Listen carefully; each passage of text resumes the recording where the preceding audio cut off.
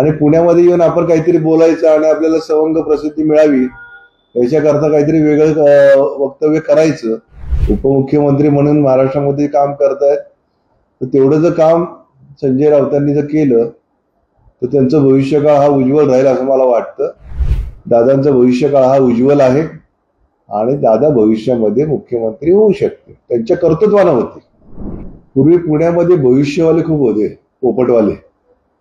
ते पोपट घेऊन बसायचे आणि त्या पोपटाच्या तोंडामध्ये कार्ड द्यायचे आणि तुम्ही त्याला विचारायला गेला की त्या पोपटाच्या तोंडात ते कार्ड दिल्यानंतर सांगायचं की आज तू मुख्यमंत्री होणार आहे, तू उद्या मुख्यमंत्री होणार नाही.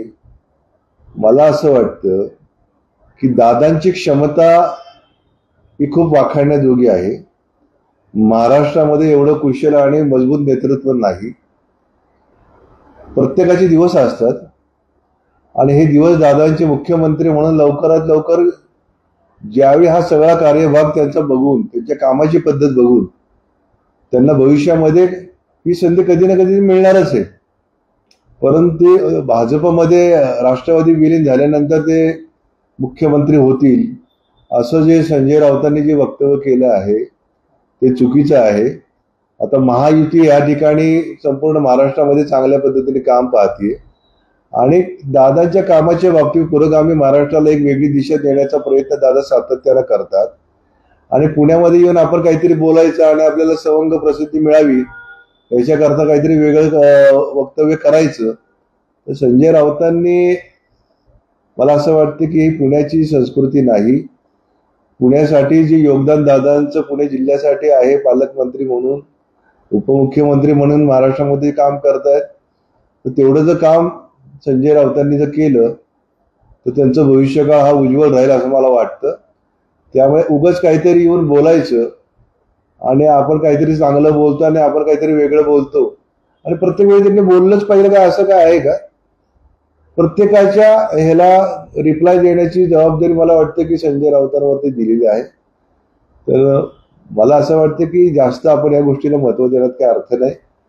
दादांचा भविष्यकाळ हा उज्ज्वल आहे आणि दादा भविष्यामध्ये मुख्यमंत्री होऊ शकते, त्यांच्या कर्तृत्वानं होते. हे बघा, दादा मुख्यमंत्री आहेत हे राष्ट्रवादीच्या प्रत्येक कार्यकर्त्याला वाटतं. परंतु आता राजकीय समीकरण सगळ्या गोष्टीचा आधार लक्षात घेऊन भविष्याचा वेध घेणारे दादा आहेत आणि दादा त्यांची स्वप्न ही भविष्यामध्ये पूर्ण केल्याशिवाय राहणार नाही असं मला विश्वास वाटतो दादांच्या बाबतीत. एक लक्षात घ्या, आदरणीय दादा हे राष्ट्रीय अध्यक्ष राष्ट्रवादी काँग्रेस पक्षाचे आहेत. अमित शाह साहेब, त्यांचं कर्तृत्व वेगळं आहे आणि ज्या पद्धतीने ते या देशामध्ये काम करतात त्याला आपला सलाम आहे. आणि एखादा माणूस जर नेतृत्व करत असेल संपूर्ण देशाचं तर यांना त्रास होण्याची काय आवश्यकता नाही. अमित शहाच्या बाबतीमध्ये यांनी बोलण्यासारखं काहीच नाही, एक लक्षात घ्या. हे संपूर्ण त्यांचा जो प्रवास आहे, सर्वसामान्य कार्यकर्त्याला न्याय देण्याचं काम अमित शहा आपल्या आयुष्यामध्ये करत असतात. त्यामुळे संजय राऊतांनी बोलूच नाही त्यांच्या बाबतीमध्ये. आणि भाजप आणि राष्ट्रवादीचं नेतृत्व ते करतात हे म्हणणं चुकीचं आहे.